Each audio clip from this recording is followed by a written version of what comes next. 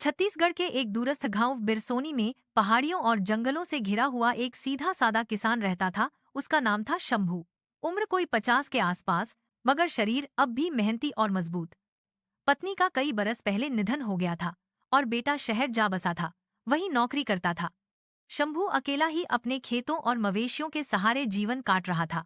बिरसोनी गांव के पास घना जंगल था, जहां शेरों, तेंदुओं और हाथियों की आवाजाही रहती थी।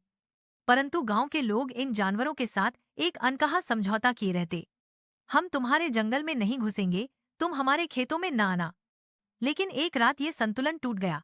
बरसात के मौसम की एक अंधेरी रात थी। शंभू अपने घर के बाहर बैठा चूल्हे पर आलू भून रहा था कि तभी दूर जंगल से किसी जानवर की दहाड़ सुनाई दी।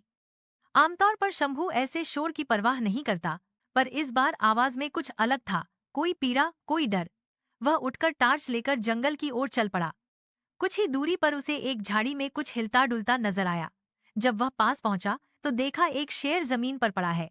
उसकी एक टांग में शिकारी का फंदा लगा हुआ है और वह कराह रहा है। शंभू के मन में डर था, पर उससे ज्यादा दया। वह जानता था, अगर वह कुछ न करे तो यह शेर सुबह तक मर जाएगा। उसने कांपते हाथों से अपना गमछा निकाला। शेर की आंखों में देखा वहां कोई क्रोध नहीं था, बस दर्द। शांत रहो, मैं मदद करूंगा, उसने धीमे से कहा, जैसे शेर समझ जाएगा। उसने लकड़ी से फंदा धीरे धीरे खोलना शुरू किया। शेर ने कराहते हुए एक बार पंजा उठाया, मगर फिर शांत हो गया। शंभू को लगा जैसे जानवर समझ गया हो कि यह आदमी दुश्मन नहीं है। करीब आधे घंटे की मेहनत के बाद फंदा खुल गया। शेर की टांग से खून बह रहा था। शंभू ने अपनी कमीज फाड़कर पट्टी बांधी और वहीं बैठकर उसे पानी पिलाया। सुबह की रोशनी में शेर उठने की कोशिश करने लगा। शंभू पीछे हट गया, पर शेर ने कोई हमला नहीं किया। बस एक पल के लिए उसकी आंखों में देखा, गहरी पीली आंखें जिनमें कृतज्ञता की झलक थी, और फिर लंगड़ाता हुआ जंगल में गायब हो गया। शंभू ने सोचा, शायद अब कभी न मिले। दिन बीत गए। शंभू अपने खेतों में फिर से व्यस्त हो गया, लेकिन कुछ अजीब होने लगा। उसके खेतों में जंगली सुअर और नीलगायें जो फसल बर्बाद करते थे, अब आने बंद हो गए। मवेशी जब जंगल की ओर चरने जाते तो भी कभी किसी जानवर ने नुकसान नहीं पहुंचाया। एक दिन उसने देखा, दूर पेड़ की छांव में वही शेर बैठा है। वह घाव अब भर चुका था। शंभू ने चुपचाप एक कटोरी पानी और कुछ रोटियां रख दीं। शेर धीरे से पास आया, रोटियां खाईं, पानी पिया और फिर शंभू की ओर देखता रहा। इसके बाद ये रोज का सिलसिला बन गया। गांव में धीरे धीरे चर्चा फैलने लगी, शंभू का कोई जंगल का रक्षक है।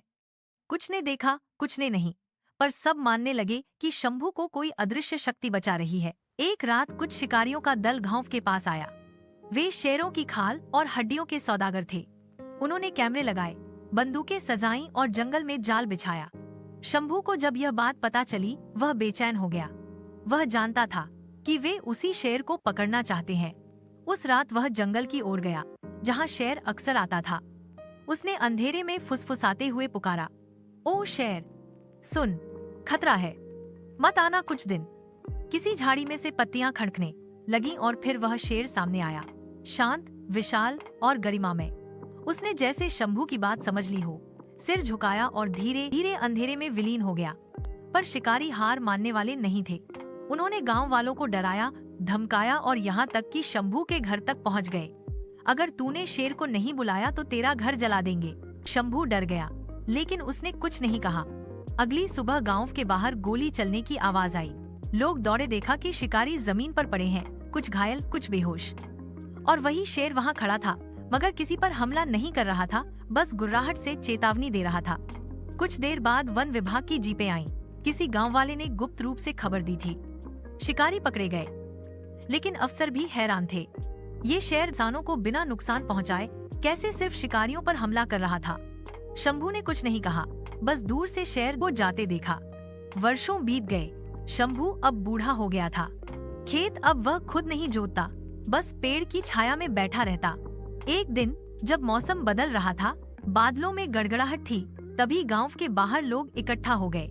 वो शेर फिर आया है, किसी ने कहा। शंभू लाठी लेकर बाहर निकला। देखा वही शेर, अब बूढ़ा, चाल धीमी, आंखों में थकान। शेर शंभू के पास आया, सिर उसकी गोद में रख दिया। शंभू ने हाथ फेरा उसके माथे पर, जैसे एक पिता अपने बच्चे को आखिरी बार सुला रहा हो।